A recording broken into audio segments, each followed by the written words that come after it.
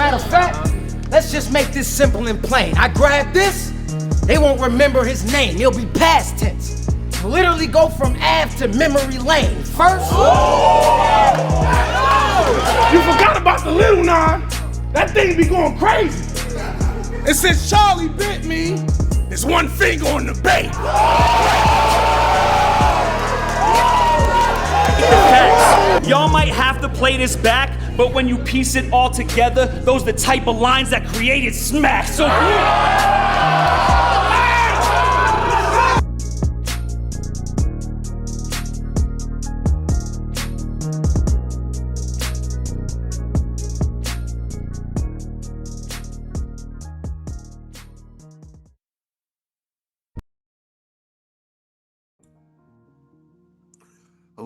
Hello. Welcome back to Speaker on Lakewood Show. And for today's episode, we are going to do my personal top 20 for Champion of the Year.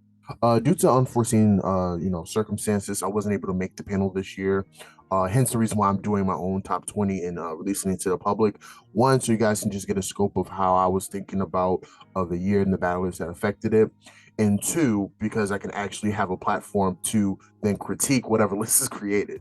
Because I'm a proponent of, doing your work first before making any critiques. So I just wanted to lead by example and do that before the list comes out. Real quick, there will be limited mentions of 2-on-2s and 1-rounders. I won't use it as an arguing point, but I will use it as a reference if something really significant happened in those particular encounters. So without further ado, we're going to hop into our honorable mentions. The first person that I have as an honorable mention is coming out of the original top 6 is Hansel. First and foremost, I've had my eyes on Hansel since the Monopoly card in 2021. He was on that card and he had a really good standout performance. And then this year, I just feel like he made a huge leap in progression. When you look at his year, he had Holmesy, he had Eunice, he had Suge, he had Mozzie, and I think he had one small league venture. But in the Holmesy battle, I thought he had a really good performance. I had him winning second and third, if I'm not mistaken, against Holmesy. Eunice battle, one of the best battles of the year between two up-and-comers. He won the judge vote. His first round was electric, and his third round was a great introspective round. The best 2 out of 3 line was one of the best lines of the battle. So really great performance in that. The Suge battle, another major look, and I thought he handled business. Another really good third in that battle. And then the Mozzie battle, I thought his second was really good, although I have him losing to Mozzie, which kind of plays a role as to why he probably didn't make it further up the honorable mention side or onto the list. But I did really enjoy his second round of all the impressions of the top 6. That was really impressive. I thought he had a really good year, and I just wanted to highlight that. The second honorable mention is none other than Hollow the Didanon. This guy, I felt like was not only active, but he gave us some really good performances. The Ill Will battle, that goes without saying. That's a lot of people's top battle of the year. Really enjoyed his rounds in that battle. One of the best Blue Room battles of the year as well too, and one of the best RBE battles of all time in my opinion. So just a lot of credit for that. The Sharon battle, more of a moment than it is an actual battle. For the Long Live Pat Stay event, RIP Pat Stay. Really good performance in that one too. They had a freestyle round and then brought out Jin and Ilmac, broke the internet servers. So I thought that was a really huge moment. The Thesaurus battle on his GTX, grind time return. Little underwhelming, but I do think he had a serviceable performance. A lot of people give the Source the win, and a lot of people give Hollow the win on the other side, but solid performance, one of those bucket list battles that we can say we actually seen. And then he had New Jersey Twerk on Summer Madness. I thought he had some solid material there, but I just think he couldn't outlast the performance, energy, and projection of Twerk, along with like the back-to-back haymakers that Twerk was able to create. But nonetheless, I still think it's a really good year. You're talking about great talent throughout the entire year. 4 battles in 1 year. If I'm not mistaken, that might be the most battles he's had in several years, honestly. Will, Sharon, The Source, and Twerk. I thought that was a really solid year. Would have liked if he closed out the year a little bit better, maybe talking about him being in the top 20, but for the work that he did, I thought he deserved that honorable mention. And another member that we had, and these three were very close to making the list, but due to like certain key elements or key battles, ended up missing it. But I have, for my third honorable mention, Eunice. Eunice had an amazing year. I think he's one of the newcomers that made a lot of noise this year. When we talk about his year, we're talking about the Hansel battle, the Miss Hustle battle, right, against in the final exams, and then we're also talking about Klutz in the rookies versus sophomore battle, and we're also talking about a battle that wasn't released to the public, but was able to see the footage. We're also talking about Eunice versus Chef Trez, and that was a really good battle, a really good outing for him. Pretty much a really solid year. I thought the Miss Hustle battle was probably his breakout battle, his standout performance. Hustle was on a killing spree at the time, and for him to go in there, in my humble opinion, get a win over Hustle in an emphatic fashion was just amazing to me. I thought his first round was electric. His ability to, control the room, even though it's Martini, so obviously he has a little bit of home court advantage, but his ability to control the room and also break down his opponent, implement a little bit of that performative aspect too. I just thought he was really well-rounded in that battle and really impressed me in that battle. And obviously the Hansel battle, really good performance. Loved his third round in that battle too. And even though I really enjoyed that performance, Hansel ended up winning the actual judge vote in that battle. Even though it's one of those things where it could go either way, I still marked that down as a loss just because it's a judge battle and Hansel walked away with the money. But really good performance in that one. In the Klutz battle, I really enjoyed his performance in that battle. I thought Klutz had a really good first round. And honestly, you can make an argument for Klutz taking the first round, but in my opinion, I think that's the only argument you can make for Klutz for any round. I thought, Eunice pulled away after that first round in an emphatic fashion. His third round was also really good. He's built a really good habit of closing out battles strongly. And I know a lot of people haven't seen the Chef Trez battle, but that was also a good encounter. Really enjoyed his first round. He had an excellent tic-tac-toe scheme that I thought was pretty cool, but really good year. I think that if he had maybe another battle or so, or maybe he had got the judge vote over Hansel, we could be talking about him potentially making the list. But nonetheless, I don't think that diminishes the year that he had. One of the best newcomers in the game right now, and very excited to see what he does in 2024. There's another guy that makes the list, and these last two honorable mentions are kind of connected to each other, so pay close attention. The fourth honorable mention I have is Ace Amin. Very close to making the list. I thought the first half of the year he was a lock for top 15, top 10. You're talking about the clean paper battle or kitchen clean battle. You're talking about Craig Lamar. You're talking about Arsenal, True Foe. The True Foe battle, one of the more dominant wins on the year, and just the optics of it just made it even more crazy to look at. And then you're talking about Rum Nitty, SM. They opened up SM in a great fashion, had the battle of the night on SM. Ace having an amazing third round and amazing first round.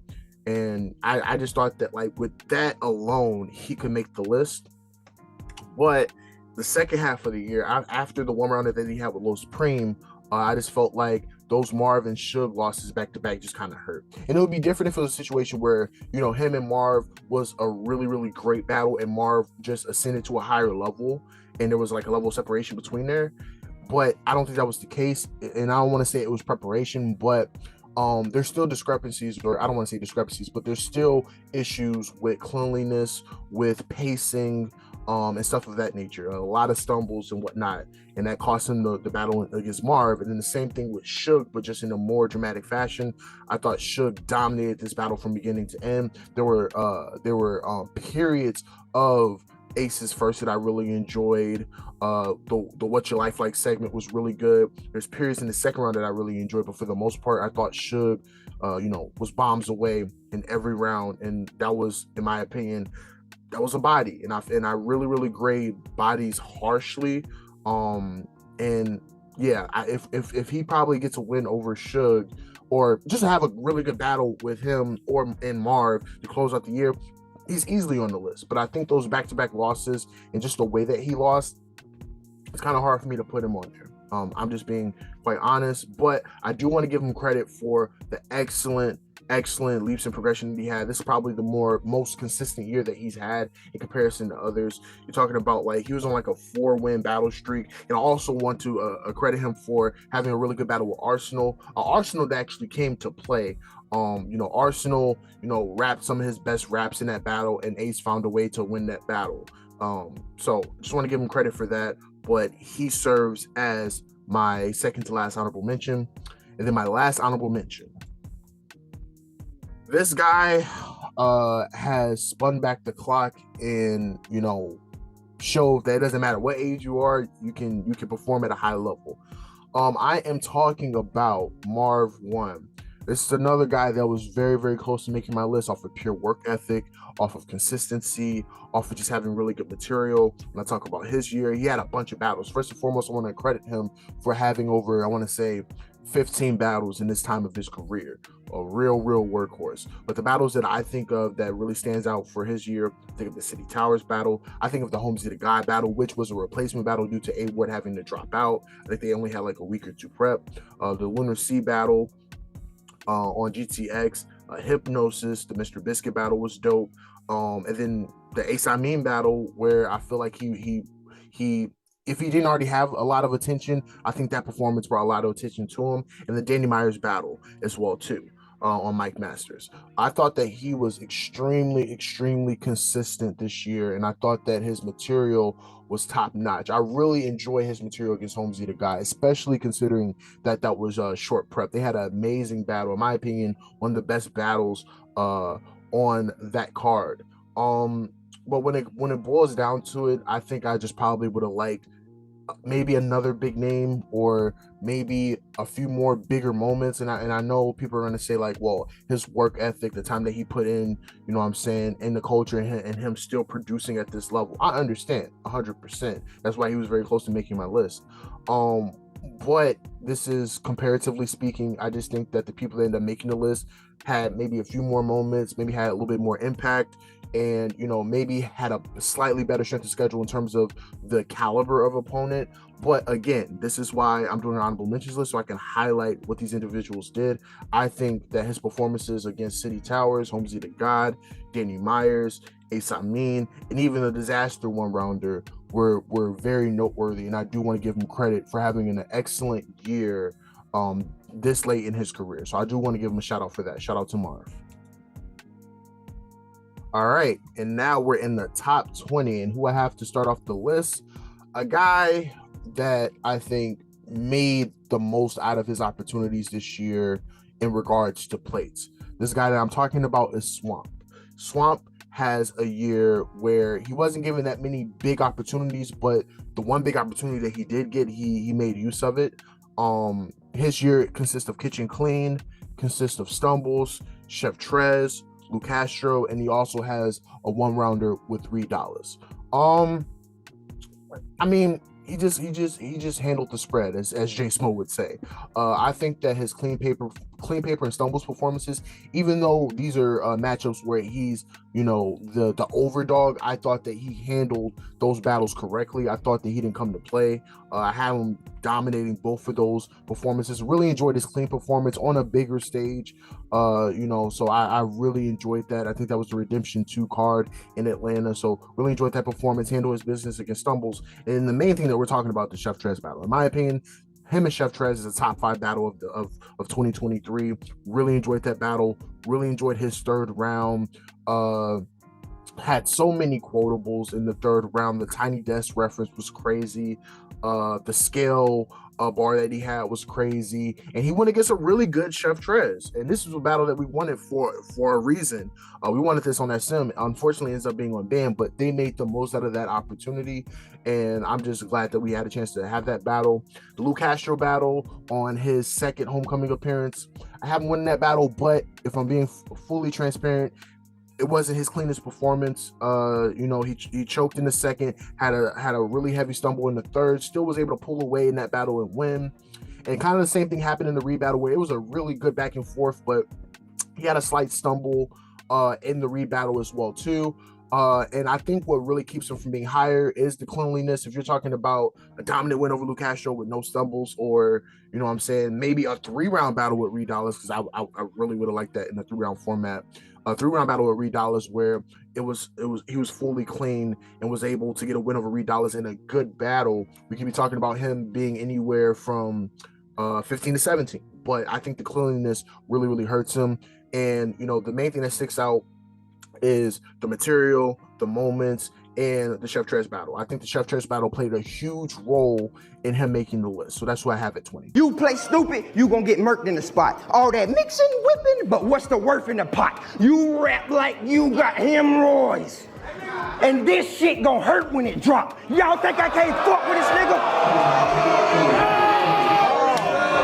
You better guard your necklace, wake up and guard your breakfast, large protected, nigga, I'm drug lord invested. I can tell how much it weigh before I put it on the scale. But if I do have to turn that bitch on and prove you wrong, then bitch, I'ma charge you extra. At 19, I have Emerson Kennedy. Emerson Kennedy just has great footage. I don't know how else to put it. His strength of schedule is pretty solid. I know people are going to be like tuning the line of like, he's battling all the people that he's cool with. He's booking the battles himself. If you want to go that route, that's cool. But for me, I look at his year and see a Geechee Gotti battle that was good, a B Magic battle that was good, a New Jersey Torque battle that was good, the Source battle that was good, the JC 1-rounder on URL. Just great footage and great work. And there's even more, but a lot of those battles didn't release. I want to say Marv 1 battle didn't release, the J Mills battle didn't release, the Arsenal battle just released, and that was also a good performance too. I just think that, you know, he was very consistent, had really good material. The only slip up he had, if I'm not mistaken, was in an A-Ward battle, and he was fully transparent in that with the editing situation. I just think that he had really, really great material against all these guys. The New Jersey Torque, his second round was phenomenal. The second round versus Geechee Gotti was great. His third round versus the Source was really good. And maybe Magic had a good back and forth. I just think you're talking about a year where he's had a barrage of really good battles, really good moments, and, you know, material that really, really landed with me. And if this is like his retirement tour, so to speak, I think he's going out in great fashion. So that's what I have at 19. Bring hell. Every round I prevail. That's why you can bank on pre-sales. I'm not for promo. I knew back in 03 when spring fell. Quasimodo, I had a hunch back then, I'd ring bells. Maybe that was a first world problem, like a split Pangea. Why you jumping up and down like a clip can't reach you? Torque, my daddy bounced too. I didn't miss him either.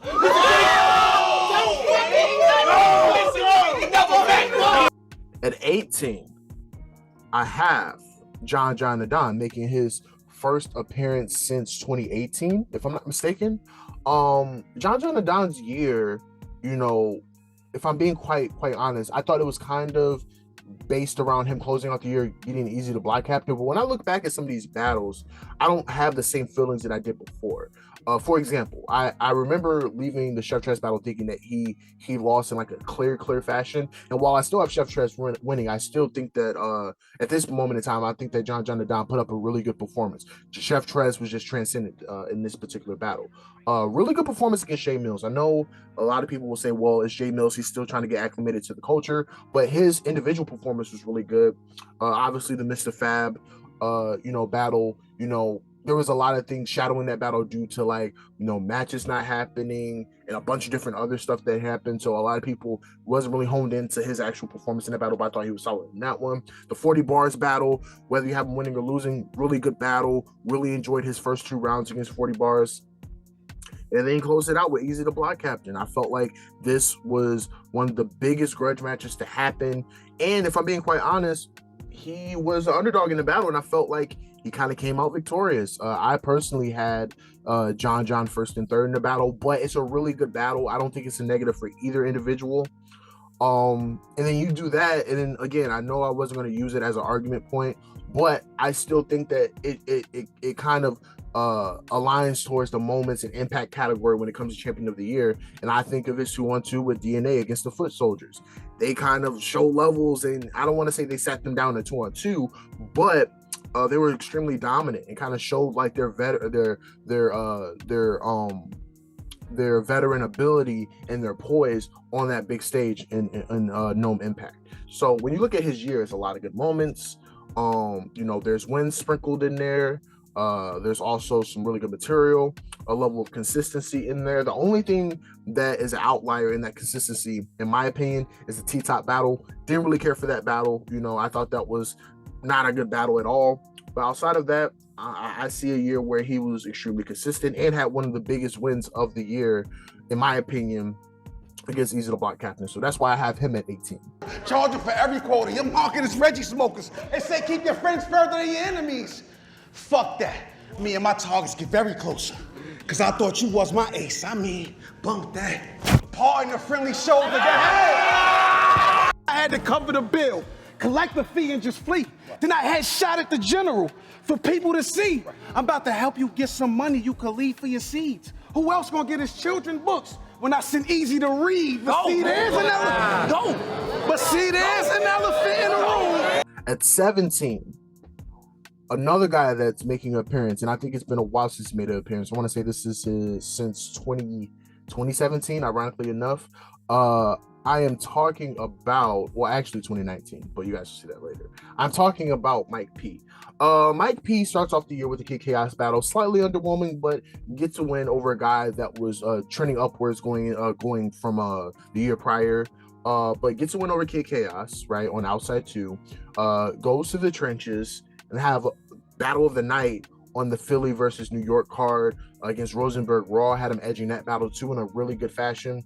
The Source battle on his Blackout debut, had a really good performance in that one. The Don Marino battle to kind of close out the year, if I'm not mistaken, was a really good performance in that one. And then on the Long Live Past State card, him and Matt Flex had a really, really good performance, or a really good battle in that regard, and had a really good performance there too.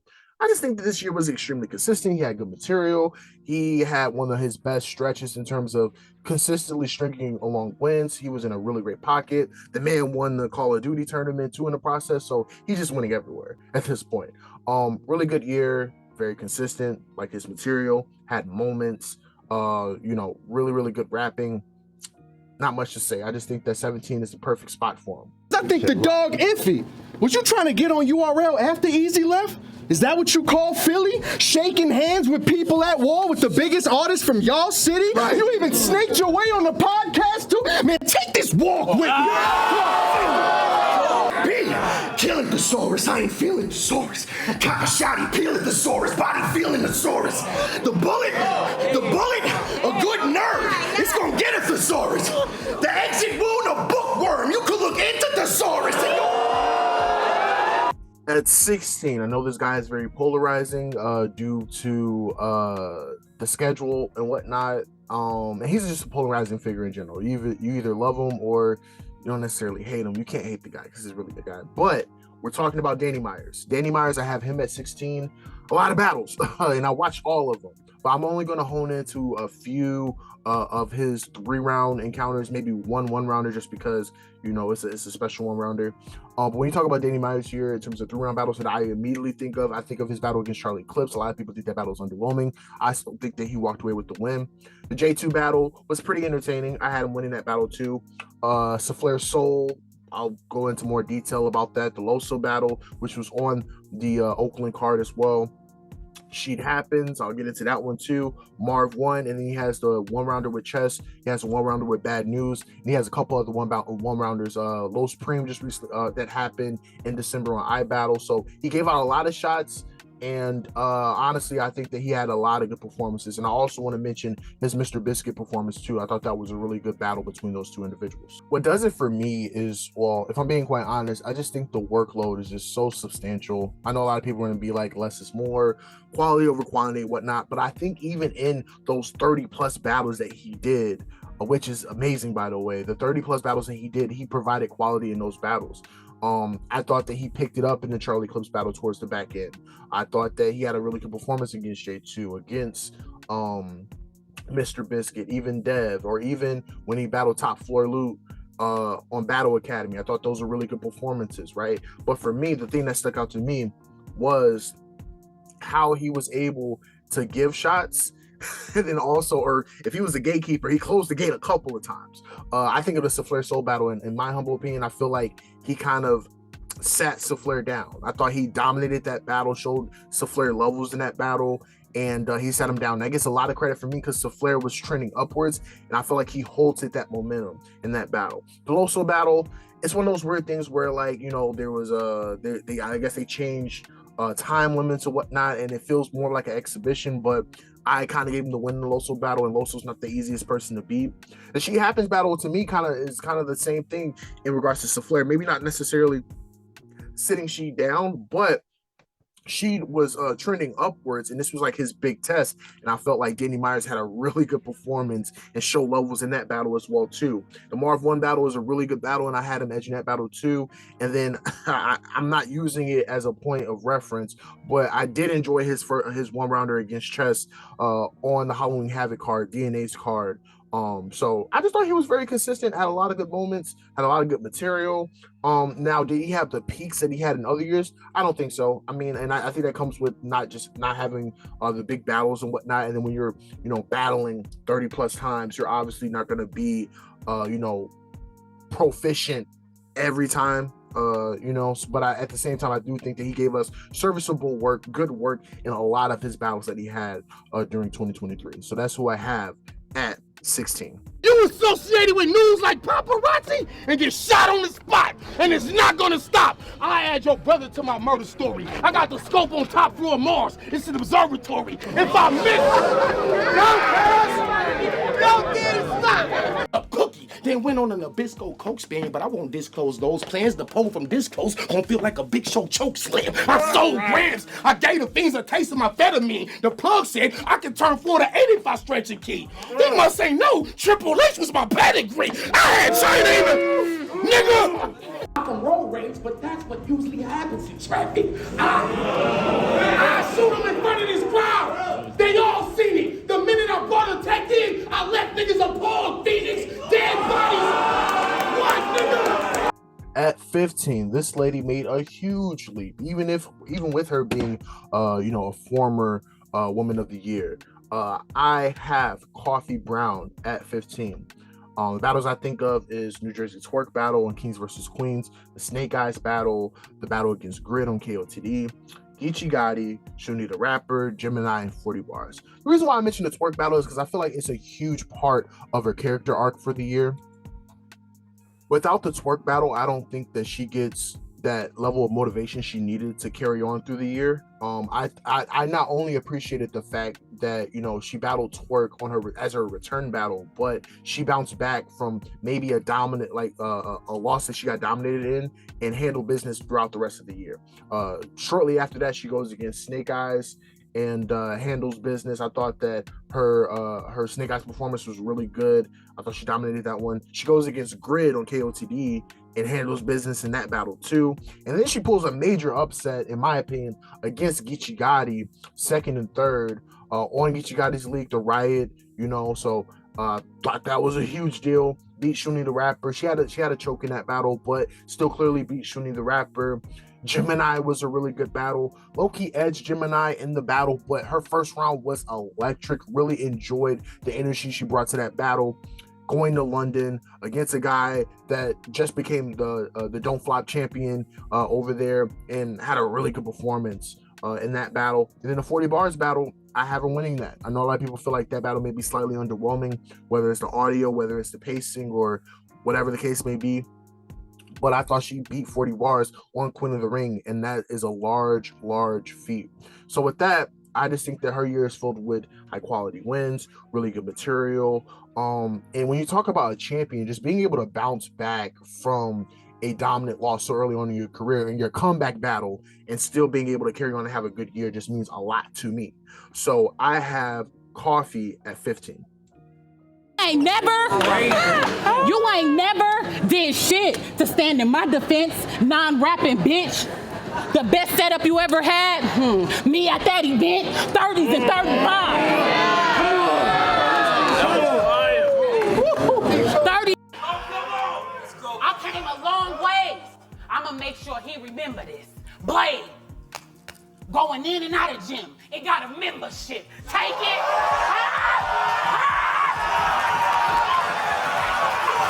At 14, I have none other than Soundz, another guy that just handled the year pretty well. You talk about Fonz year, you're talking about Mac Myron, you're talking about O-Red, you're talking about Suge, you're talking about Lucid. He had a one-rounder with Heavy Half.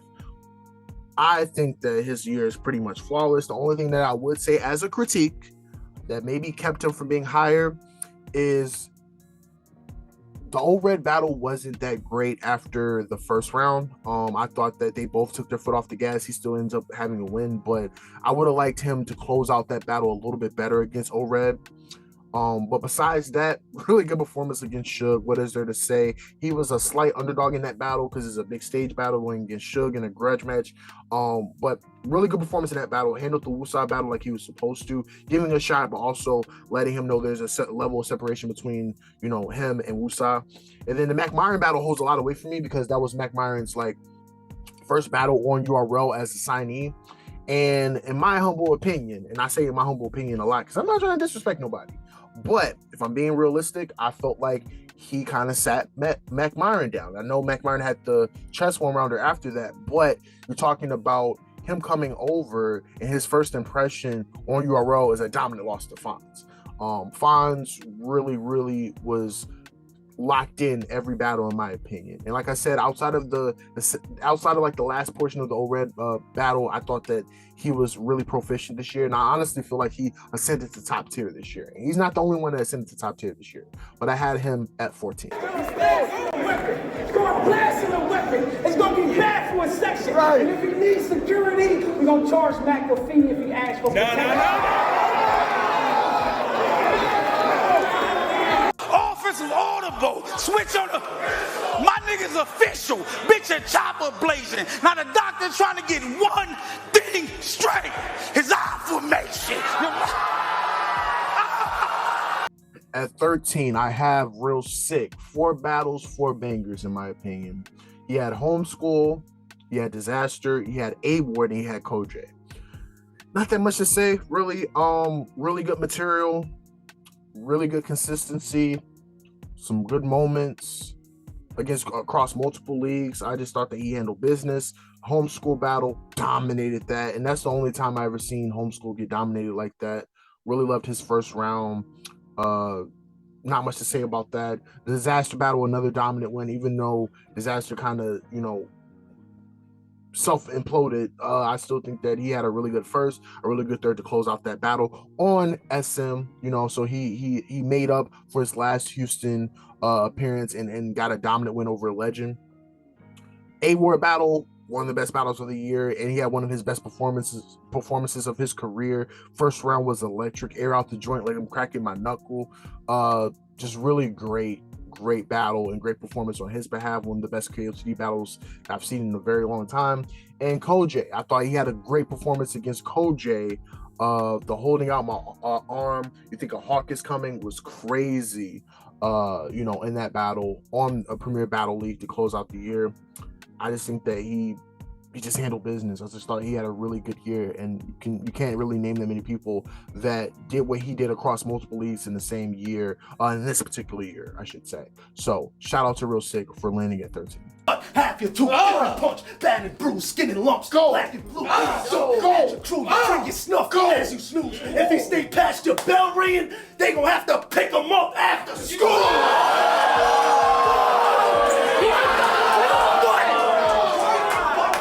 This is a performance that you can't walk with. Your aura gonna be transforming. I don't argue if he's standoffish. I'm responding with my hands talking. Any problem I advance toward it. Walking up a can for it. Held the arm out so long you think a hawk about to land on it.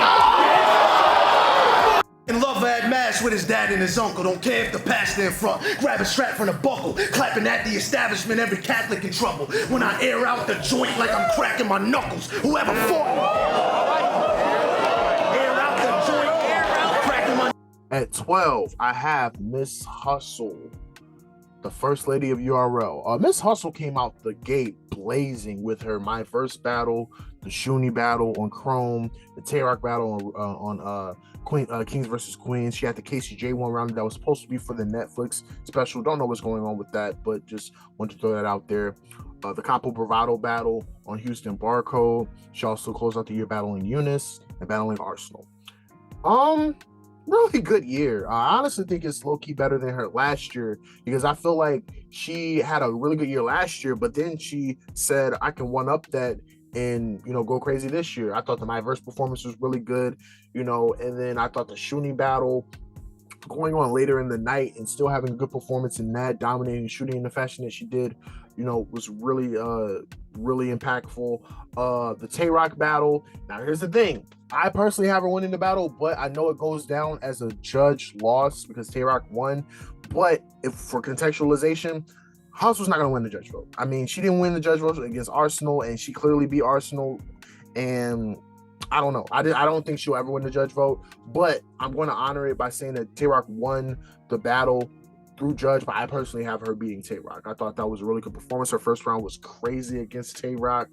The Vampire in Brooklyn line was ridiculous. Really enjoyed her performance in that. KCJ one-rounder, very impactful. We didn't get a chance to see it, you know, fully, or we saw snippets of it, but we didn't really get a chance to see it. But I can guarantee that was probably a good encounter there.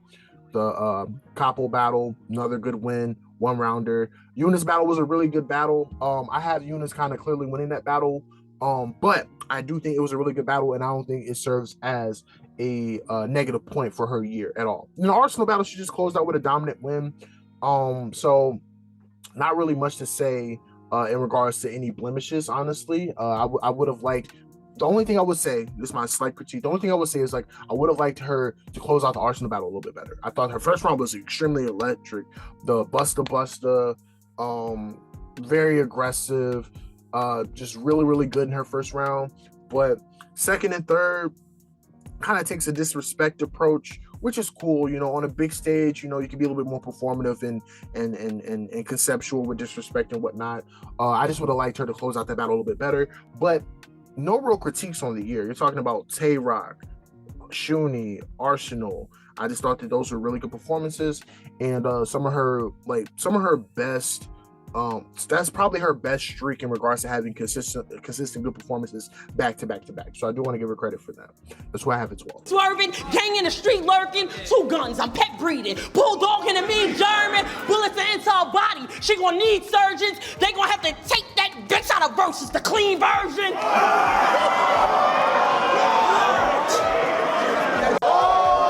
I catch this bus driver driving them kids. I'm letting this go. Brr, brr, I'll bust a bus. Flip mode. You a bitch, bro.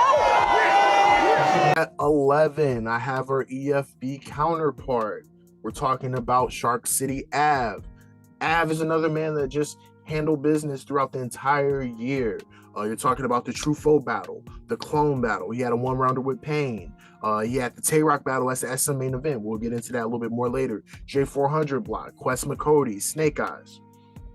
I think he left the year unscathed, no losses, really. You could debate the Tay-Rock battle, but I personally had him winning the Tay-Rock battle. I thought that he, you know, rapped longer than he usually do, but a lot of great substance filled into that. The Titanic bar was phenomenal.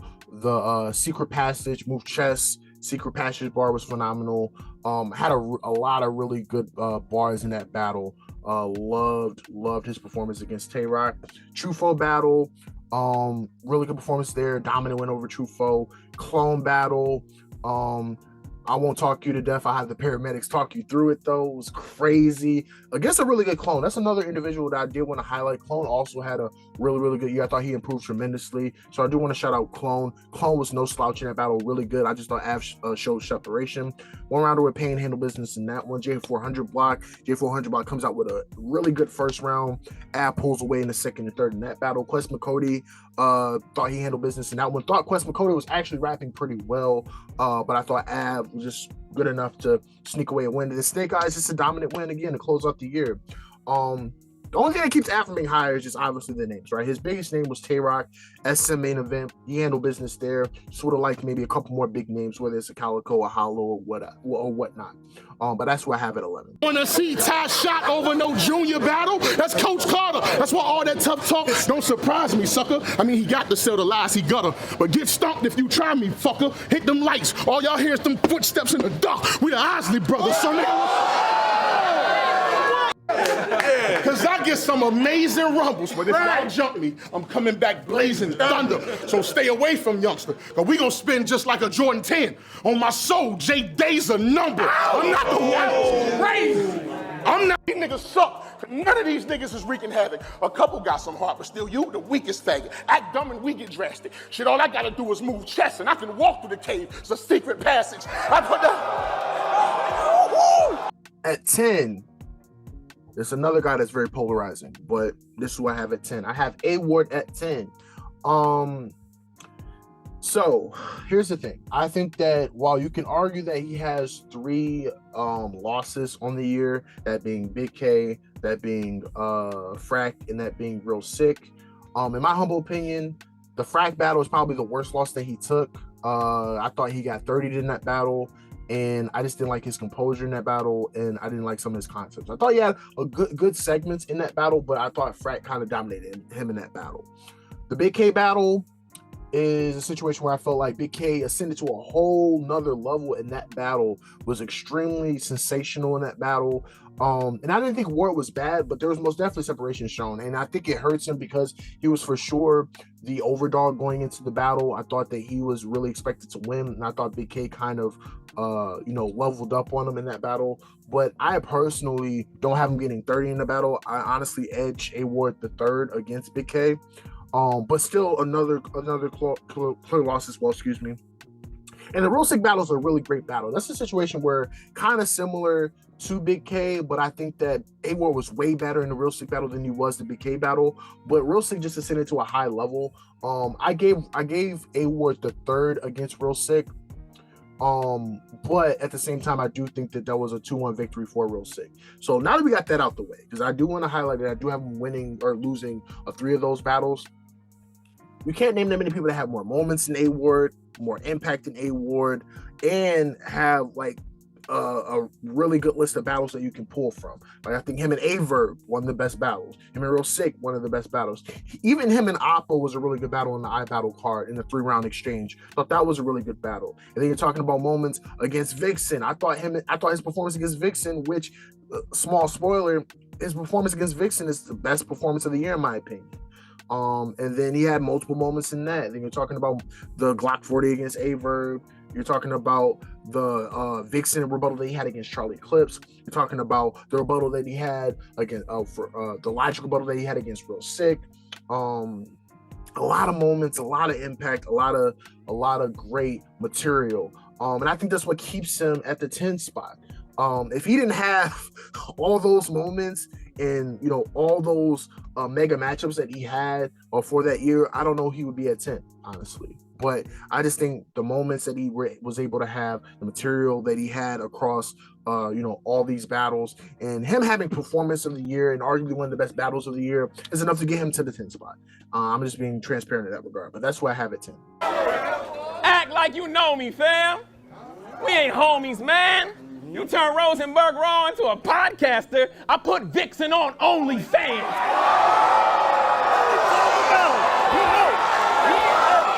Christian the Prophet, this is some nonsense. You be telling me follow God. I be on the other side like I listen to Gothic.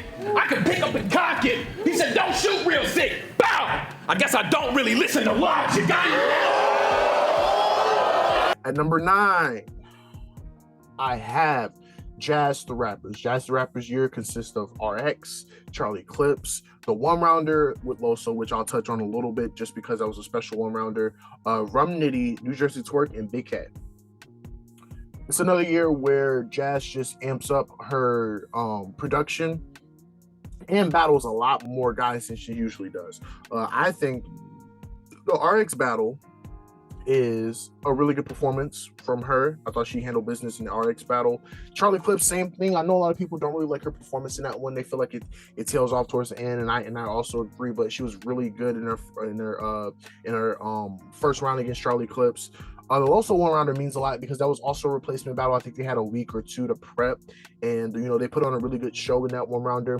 Rum Nitty battle was really good. I have her losing to Rum Nitty, but I do think it's a good battle, and some people argue her winning that battle. The first round for Rum Nitty was really good as well too.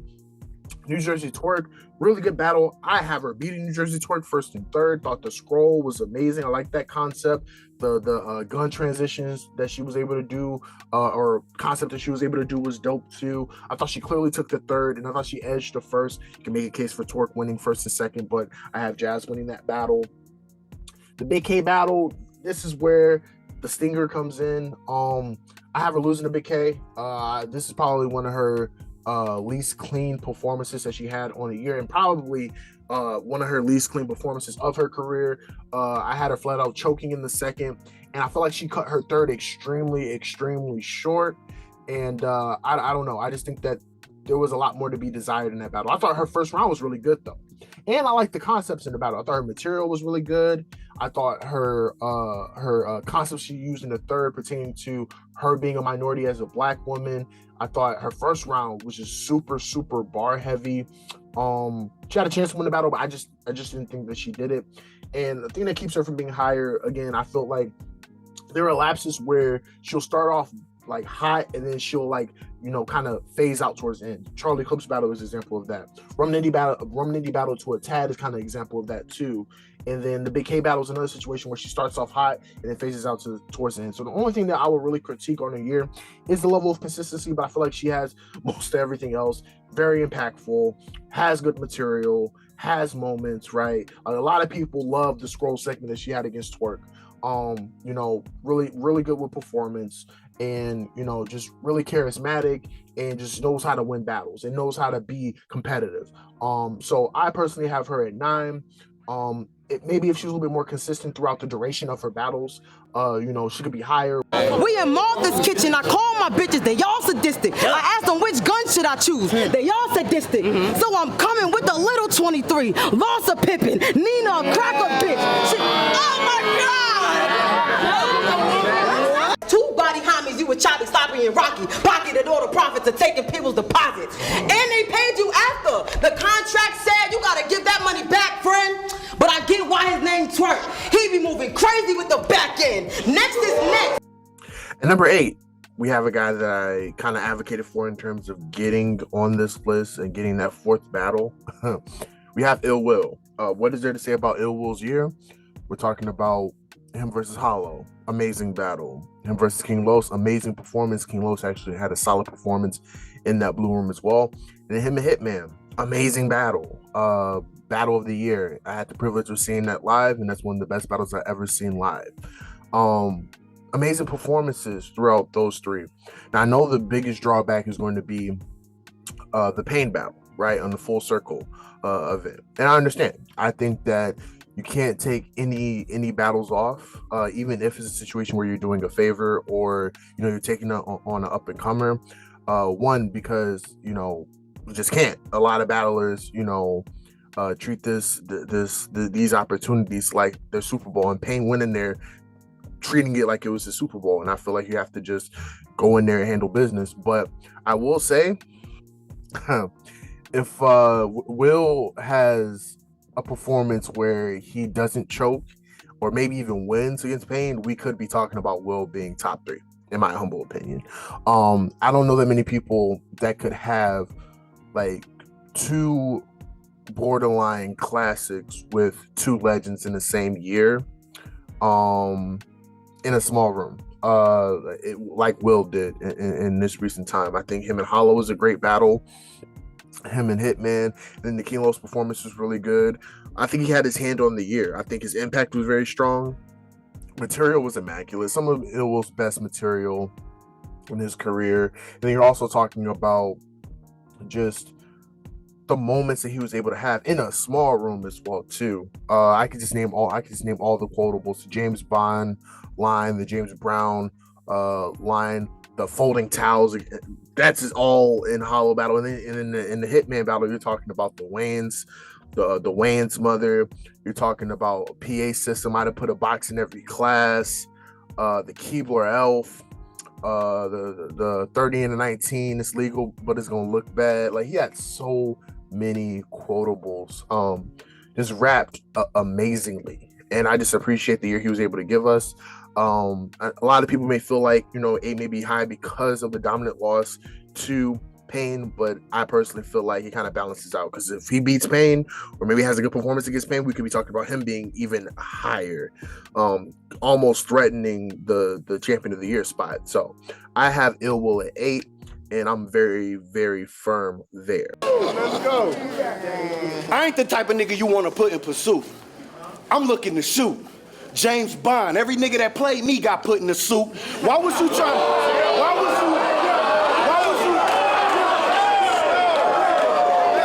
I'll put your whole family in an obstacle. I'll make him box. Jamie Foxx, all that acting out his chest, go get him put in the hospital.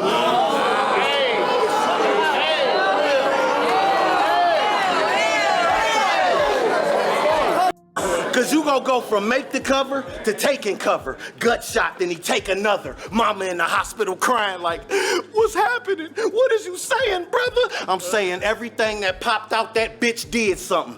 This the Wayans mother. It's And number 7, this is another person who has caught his second win, but it's not like he ever fell off. It's just he's just battling more and more. We're talking about the Gun Bar King Tay Rock. Tay Rock had a really good year.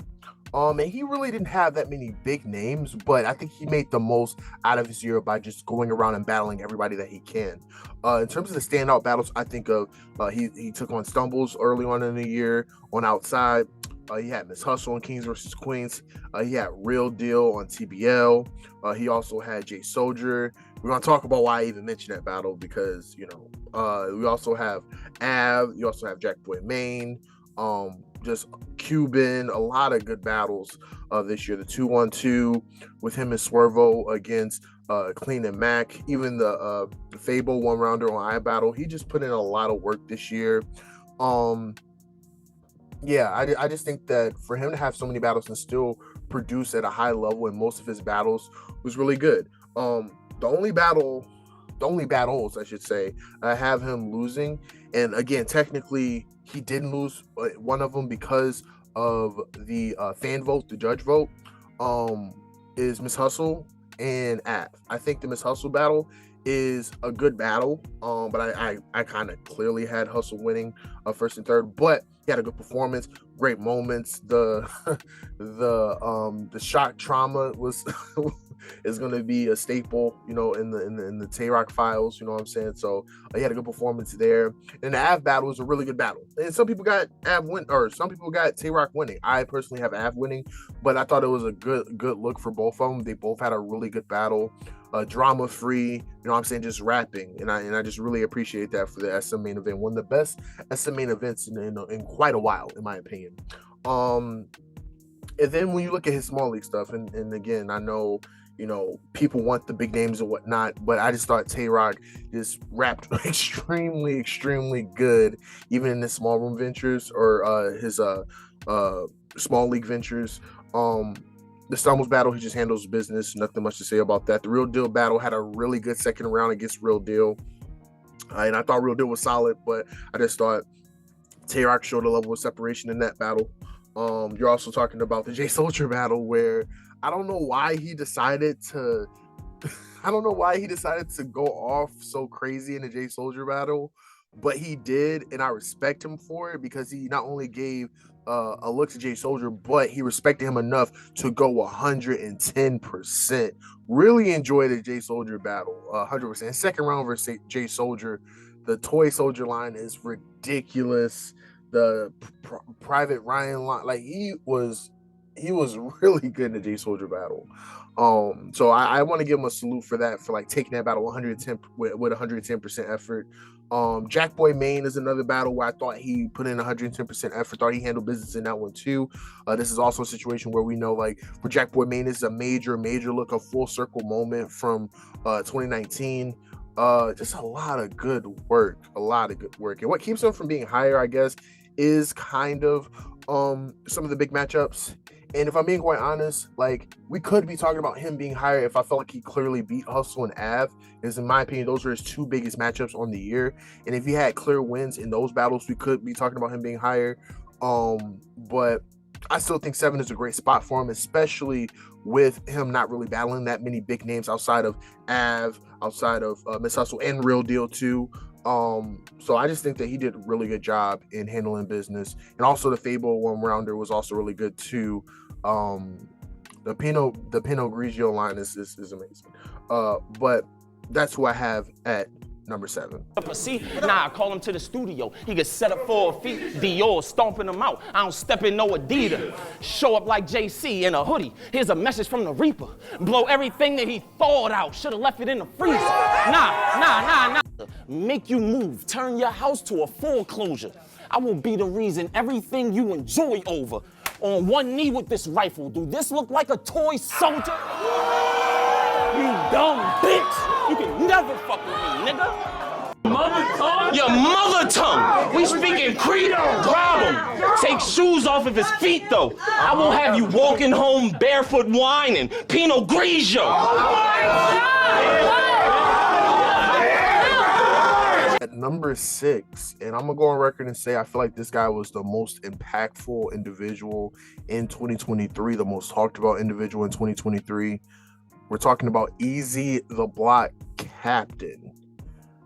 This year consists of Hitman Holla, it consists of Reed Dollars, Disaster, Geechee Gotti, and John Nadine.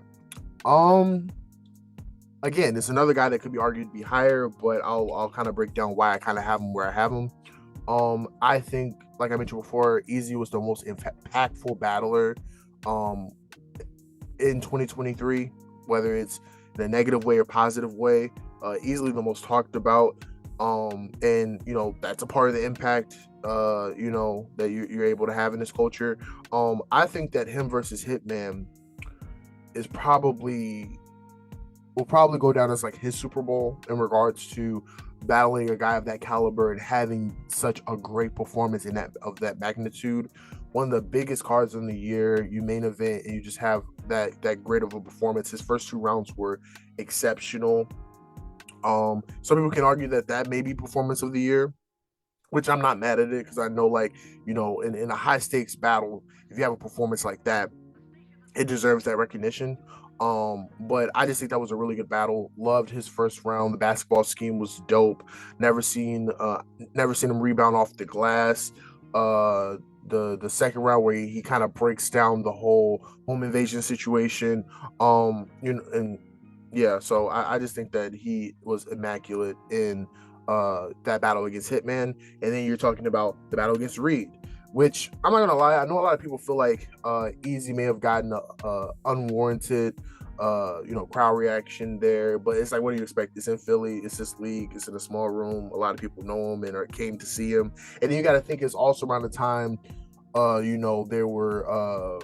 there were people that was feeling like his car was getting tampered with, so there was a lot of support behind him. So obviously they're going to be a little bit more amped up than usual, and I was also in the building for that as well too. I think that was a good battle. I thought he had a good performance. I know some people give Reed the battle, but I personally still have Easy winning that battle. But it's a good battle. I don't think that's a negative for any of them, any of those 2 individuals. But I do give him a lot of credit for having a really good battle with Reed. Disaster battle, I didn't really care for the battle per se. I thought he had a solid performance. I think that the performance is actually a lot better than what I remember. Still not some of his best work, but still a solid performance. And being able to beat a legend on his platform is always going to hold weight to me. And then the last 2 is Geechee Gotti and John Nadine. And I feel like general consensus is that he kind of lost clearly to Geechee Gotti. And I also have him losing clearly to Geechee Gotti. I think his first round for Geechee is his best round. He had some moments in the third as well too, but the second round wasn't that good. And that's all I can chalk it up to. I'll talk more about that battle on the other person's behalf. And then the last battle is John Nadine, and I feel like he had a good performance, and I think this was a really good battle. Now I have him losing, right? And I went on to say, I feel like it shouldn't be a negative for someone in that particular battle because of how close it was. But one thing I will say is that, if I'm being transparent, Easy was the overdog in this battle by a lot. You got to remember, what the polls were, what the perception was. How is John Nadine going to leave Philly with the money against a guy of Easy the Block Captain's caliber? And a lot of people have John Nadine beating him. So for me, even though I went on record saying that it's not really a negative, I still have to contextualize the fact that he was the overdog in this battle. A lot of people have him winning, in a situation where like the battle was kind of tilted in his favor. And I'm just trying to be as honest as possible. So I have to keep that in mind. And like I said, I didn't really care for, a portion of the disaster battle. And I do feel like his material dipped in the Geechee Gotti battle. So those are kind of the things that kind of keep him from being higher. If we're talking moments, impact, performance, he's in elite company in that regard. But when it comes to consistency across, the last 3 of his battles, even though I think the John battle, he was pretty consistent. I think he only had like one round I really didn't care for that much, and that was the 3rd.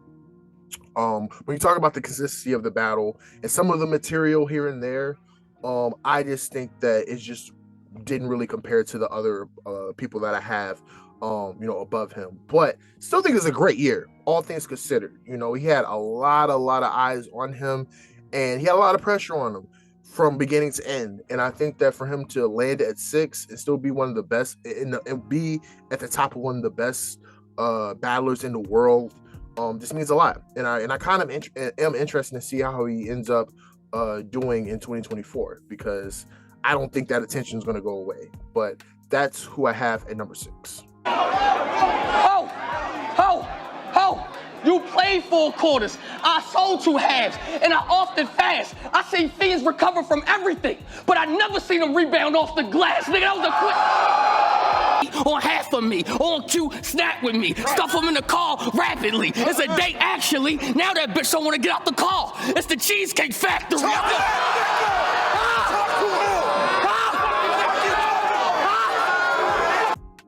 And right at number 5, I have none other than Geechee Gotti. This is kind of another guy who didn't really have that many big matchups, but he had some sprinkled in there. And he's another guy that I just thought handled business. I think that when you talk about Geechee Gotti this year, you have to mention the Bad News battle. I'm going to spend a little bit more time on that one here in a bit. You also have to talk about Jay Mills, that battle that was scheduled on Civil War 3, but ends up getting put on Redemption.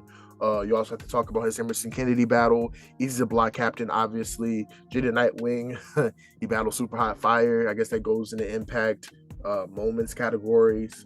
And Serious Jones on the big stage also battled News in a 1-rounder. Just had a lot of good work. I don't know if I mentioned Jada Nightwing, but also had Jada Nightwing as well too. Really good year. A very impactful year. I think the Bad News battle is one of my personal favorite Geechee Gotti performances. I thought that he came to play in that battle. There was money on the line. So anytime there's real money on the line, Geechee Gotti is going to show up and really give it 102%. I know there's times where he's kind of in cruise control because he can kind of win battles, like, going at his pace and whatnot. But he was clicking on all cylinders in the Bad News battle. Like I really enjoyed that performance. Also clear win over Jay Mills, you know what I'm saying, on a big stage. So take that for what it's worth. Emerson Kennedy battle was really good. I had him winning that battle. It was a really good back and forth. I had him winning that one. Easy to block captain, that goes without saying. I mean, his 3rd round was really, really immaculate. But I also thought that he really honed into talking and angling his opponent down. The counter writing, the drug talk was crazy. The Cabbage Patch line that he had, the dance scheme was crazy. The have and have nots, he was ridiculous in that battle.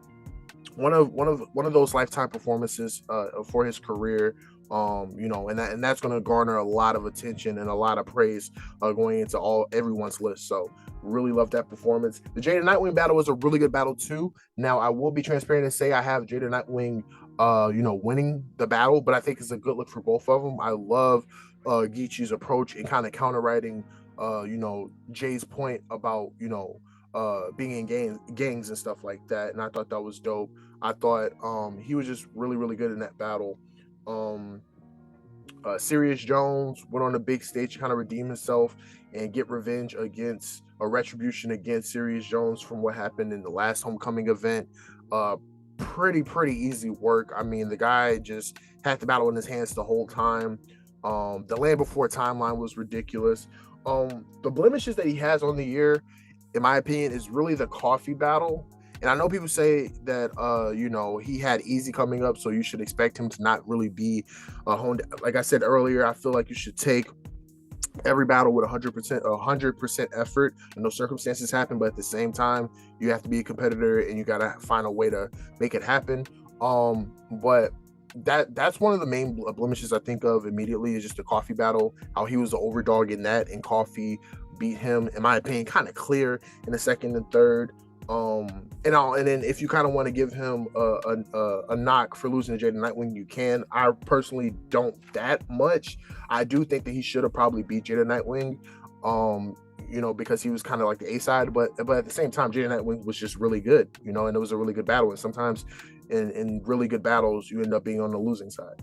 But besides that, really good year. He battled legends. He's battled up and comers. He battled the guy of the year, in my opinion, in regards to this having the most attention, and just extremely impactful. This is just another good year of Geechee Gotti finding a way to have those standout performances and understanding how to put yourself in position to be considered one of the elites on the year. So I do want to give him really, really good credit for not only having a great year, but consistently having great years. We're talking about this guy making the list since 2017. He hasn't missed a list since there's been one, in my opinion. So I just want to give him a shout out for that. So that's what I have at number 5. Nigga, we be in the snow. Nigga, we be in the snow. Cocaine come up by the plug. This shit gotta be childproof. Moving white in the hood, trying to raise the property value. Nigga, I'm a wild dude. Hey, every fucking door. To shoot a nigga, I needed to learn how to dance too, and that's a fact. The op tried running, man. My Millie rocked him, and he had to get his cabbage patch. You ever?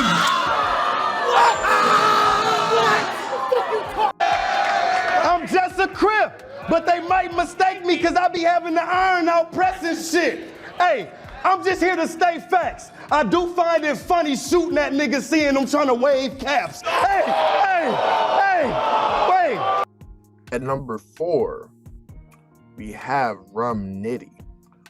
For me, I just think Rum Nitty has just been a model of consistency this year, whether it's big league, small league, big name, small name, constantly providing us amazing material. Like, there's never really going to be a year where you can argue that someone has, like, it'll be very rare if you can argue someone has better material than Nitty on a year-to-year basis, because this guy is just exceptional. When I talk about Rum Nitty this year, I'm talking about the Souffleur Soul battle on Outside 2. I'm talking about Young Grizz on Westworld. I'm talking about Appa. I'm talking about Ace Amin, Jazz the Rapper, Ilmac, Kid Slade, CJA. I think with the big names that he was able to get, that he made the best out of them. I think him and Jazz was a really good battle. Loved his second round for Jazz. The music scheme that he had, the fuchsia line that he had. I had him beating Jazz too as well. And Jazz was electric. She came out the gate swinging in the first, and I thought that he found a way to ride uphill and take that battle. The Ilmac battle, really good battle. I know a lot of people have Ilmac winning. You know, and I understand. I personally edge slightest edge to Rum Nitty against Ilmac. I had Rum Nitty second and third, with the third being, like, in my opinion, the round of the battle. The whole counter-writing segment that he had that led up into the Headstone Mount Rushmore line was just really, really impactful, and, you know, one of the best lines that, you know, Nitty delivered on the year. It's a really good battle, Clash of the Titans, and I feel like, you know, even if you give Nitty a loss, it's a great battle. You're also talking about the Ace Amin battle, SM opener. He has a great performance. Ace Amin had one of the more talked about rounds in the third, but I left that battle feeling like Rum Nitty had one of the best performances on that card. And quite honestly, one of the best performances of the year, bar for bar wise. His first round, in my opinion, you could argue being one of the best rounds of the year.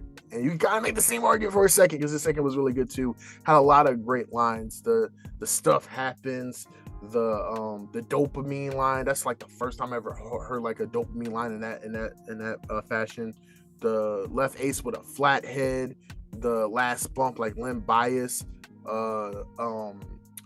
Strong enough to throw ace through a wall. Got gambit power. Like, he just said some of the most amazing stuff I've heard in some time. So love that performance from him against Ace. Then you're talking about the Appa battle where he gives Appa a shot at having winning that battle. Young Grizz, same situation. I think Young Grizz is kind of underrated, so he may not get a lot of credit for beating Young Grizz, but Young Grizz, for those that know, is a really, really good talent, and I thought he handled business in that battle, and then Souffleur Soul giving a shot early on in the year, and I feel like he won that battle, even with, you know, Souffleur Soul having such a great second.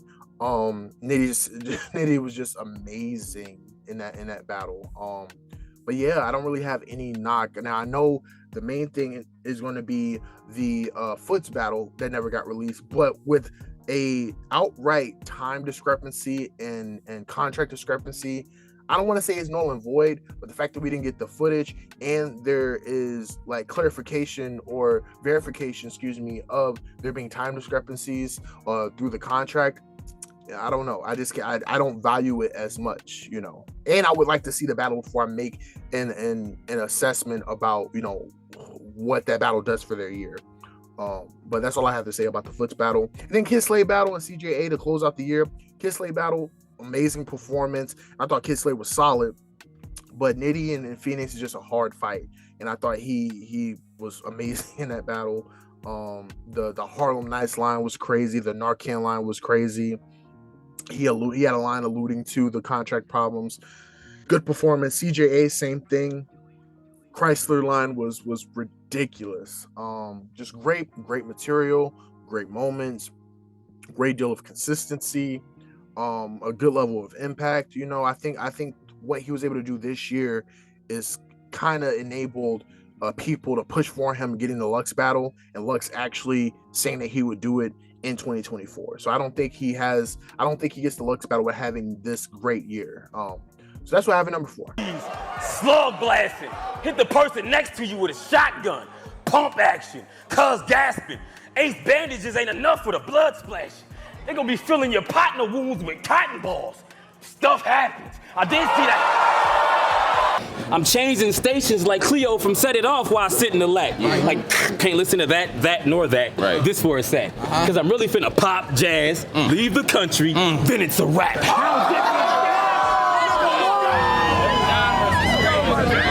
But you been known. For me not to respect you as a legend, I'll be dead wrong.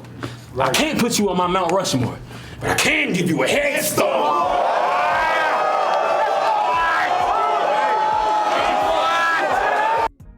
At number 3, this guy amazed me throughout the entire year, and I think he had a career renaissance. I think he's had good years before, but this is by far his best year. I have Chef Trez. Chef Trez was sensational this year. I'm just blown away. I mean, when you talk about Chef Trez, you're talking about John Nadine. You're talking about New Jersey Twerk, Show Off, Eunice, Clone, Shoddy P, Swamp, and many other battles that I didn't really get a chance.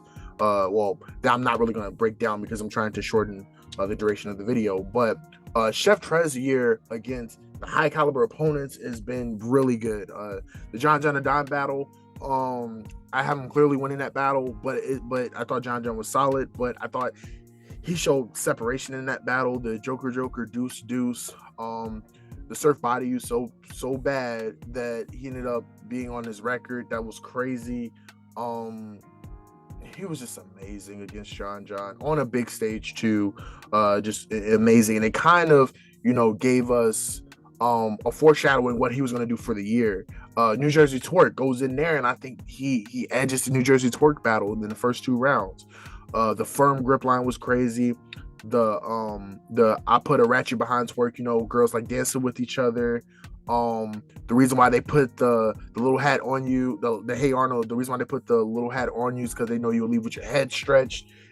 Just not only rapping with Twerk, but also had the rebuttals to match. I just thought that he had a great performance in that one. The Show Off performance, it's one of my favorite performances, and I think one of his best performances of the year. I checked my blind spots with the semi like a truck driver.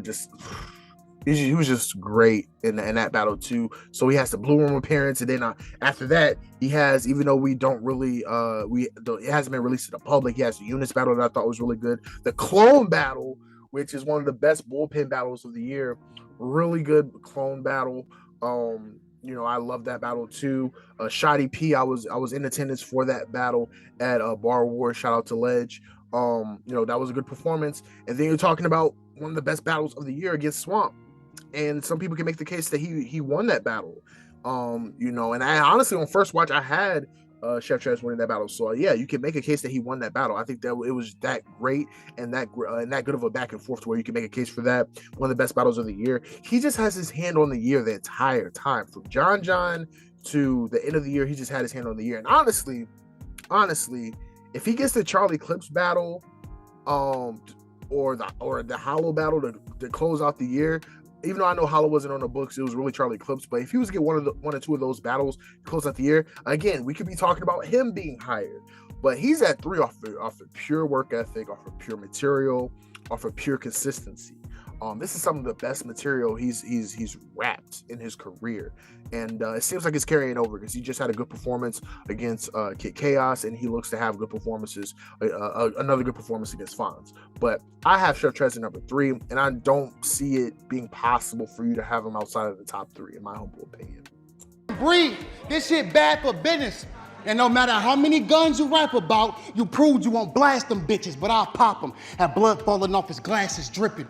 It's gonna be hard to use all them Call of Duty guns when you don't have Activision. This track.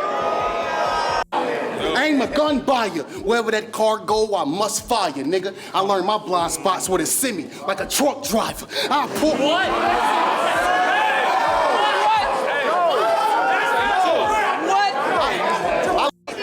I'm here to murk shit. Yeah. I'm here to murk shit. Yeah. Why your hand be all twitchy when you get aggressive or your words hit? Wow. Nigga, as soon as you go for the handshake, I respond with a firm grip. You want some?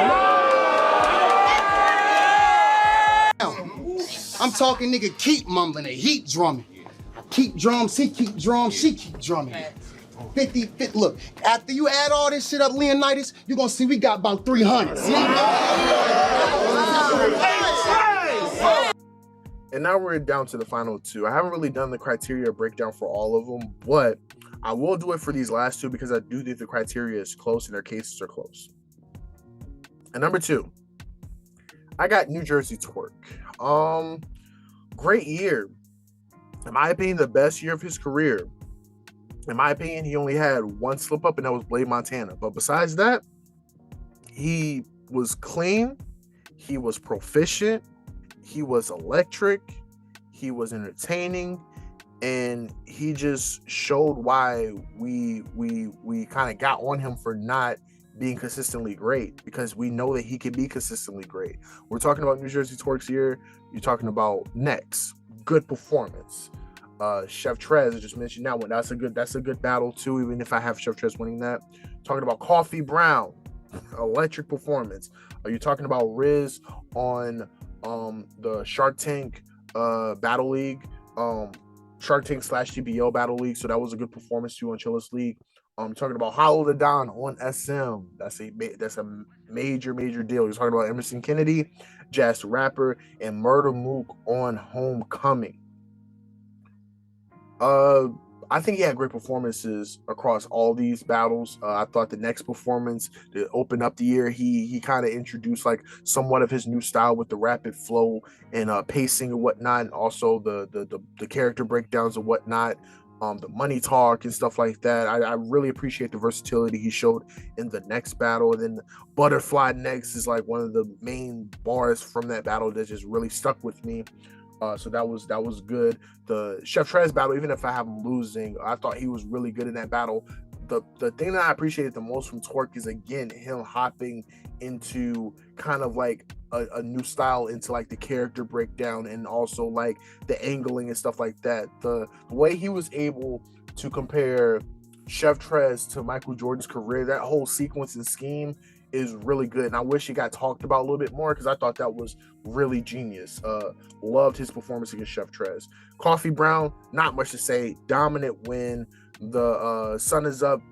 Like, I don't even want to say the line. It was so disrespectful, but yeah, no, great win in that battle. Was really good. Show love was in that battle. Nothing to say about that. You're also talking about Riz, where he just handles business against a smaller guy. Hollow the Don. I know a lot of people left this battle saying it's underwhelming. They wanted Twerk to be more explosive and all that. But in my humble opinion, I thought he was good in the battle, and I thought for him to beat Hollow clearly in the way that he did, in the fashion that he did on SM, is the level of difficulty is pretty high, and I give him a lot of credit for that. There's not that many guys that can walk on that stage and beat Hollow on SM clearly. It just doesn't happen. And for him to do it, and it's even more impressive that he did it in a fashion that wasn't even, deemed the most impressive to all the fans. I think that it was even more impressive that he took a different approach and still was able to beat Hollow on SM. That holds a lot of weight for me. So I'm not going to discredit that win. You also talking about Emerson Kennedy battle. That was a really good battle. I have him on the winning side of that one, but you could debate Emerson Kennedy winning that battle. Great material. Like the GameCube line was crazy. The Franklin line was crazy. The Uncle Tom, Gronk's kids, was different, just different. Love that battle. Jazz the Rapper had a strong right, but told us he had a week left. Like his battle against Jazz the Rapper was also really good, even though I have Jazz edging that battle, which is something I'll touch on here in a bit. And then a Murder Mook battle, where I thought he just had a great performance against Murder Mook. His first round is the best round of the year, in my opinion. He had everything. He had performance. He had angles. He had great timing. He had, the punchlines, but he also had substance-filled material.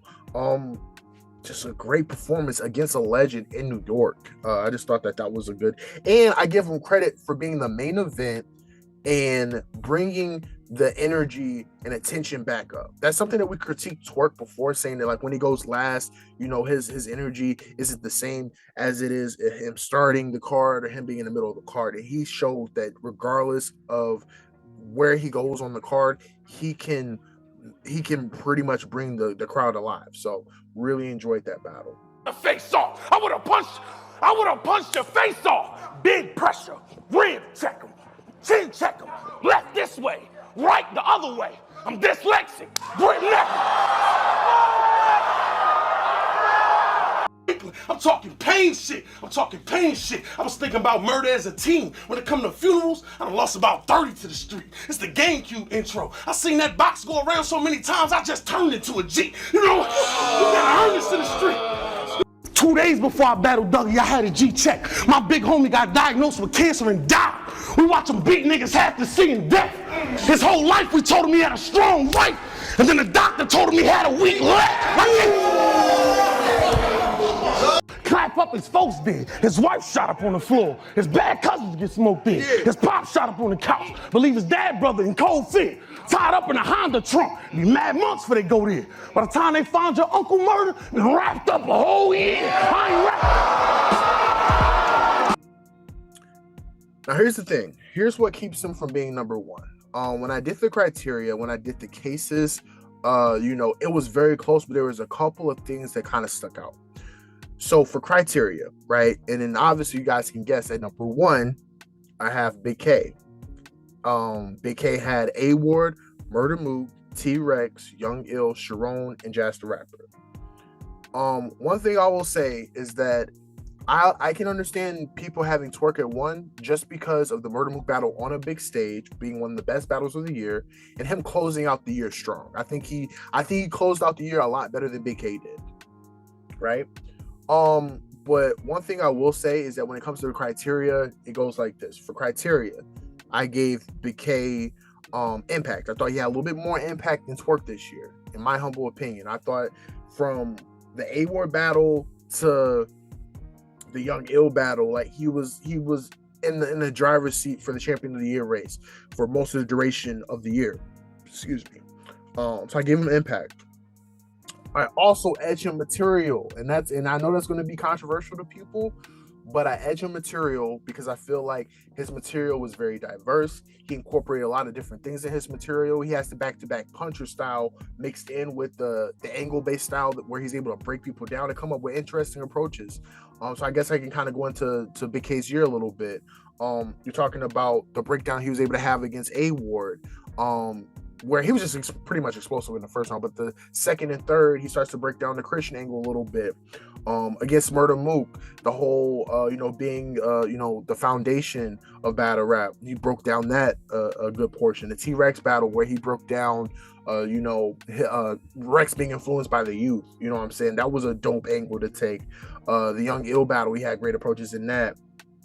The Jazz the Rapper battle is the one battle where I felt like his approaches wasn't the best, but he rapped well enough to win the battle. And then honestly, I know a lot of people have him losing to Sharon, but I think that battle was close. I don't think it's a clear loss for him. I have Sharon first and third, but I do not think that battle is a clear loss. But I gave him material because I just felt like he incorporated so many things with his bars, mixed in with the back-to-back punching that he's known for. I also gave Big K consistency. Now I know consistency is going to be kind of tricky because you can argue that the last 3 battles wasn't on the same kilt as A Ward, Mook, and T-Rex, and I can understand that. But you're talking about A Ward, Mook, his A Ward and Mook and Rex performances that were like at a 10 out of 10 or 11 out of 10, and then he kind of goes back to like a 7 or 8. So I understand why it looks like he had a major drop off. But I don't think he had any stumbles or any chokes in the battle. And I will say, and I know it's nitpicking, but I have to do it because we're talking about the best battler of the year. Twerk had a choke in the Blade Montana battle, and then he was extremely choppy in the Chef Trez battle in the first round, and then he cut his third quite short against Mook.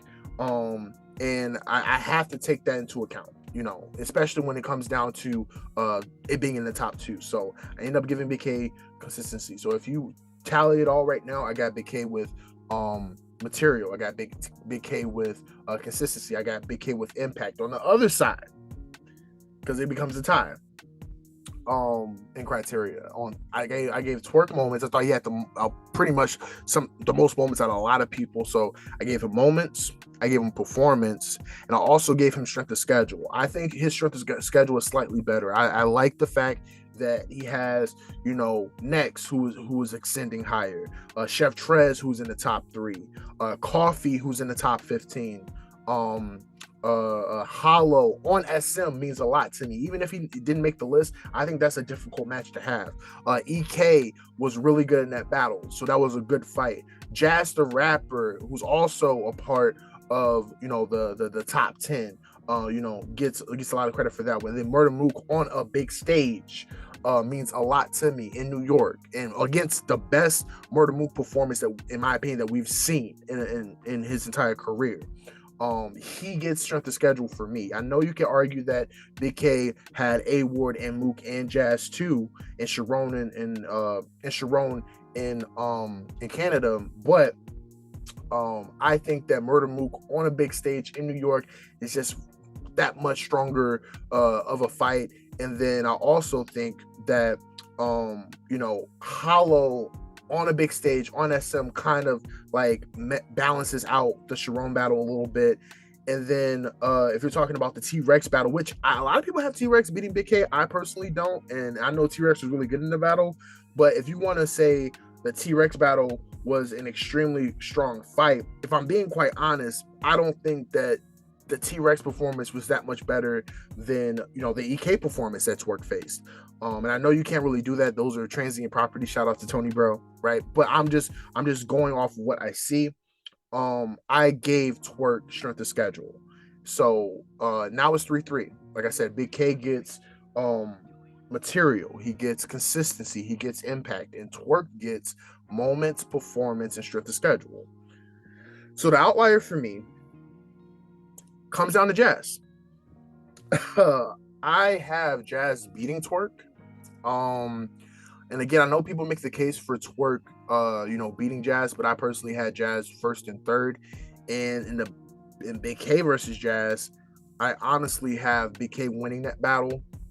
And I know people are going to say like, well, Jazz that faced Twerk was better and all this and all that. But when you get into these championship fights, you got to find a way to win regardless. I feel like in the Big K battle, Jazz had a chance to win, like I mentioned before. She took the first clear, and I liked where she was going in her other rounds, but I just thought the turbulence and, you know, her cutting her round short in the third just kind of defaulted the win to Big K, in my opinion.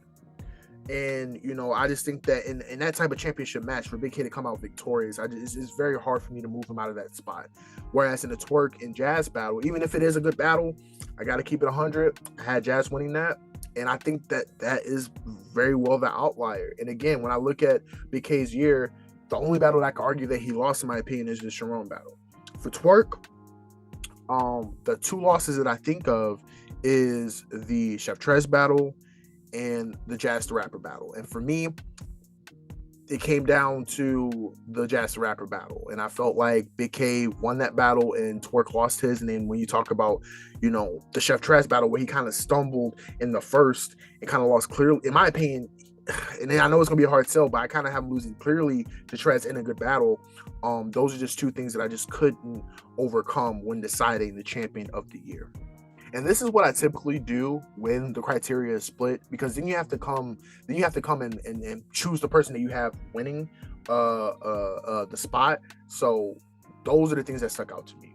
But I want to say that Twerk had an excellent year, and obviously Big K had an excellent year. Big K, in my opinion, should be champion of the year just off of what he was able to do with opportunities.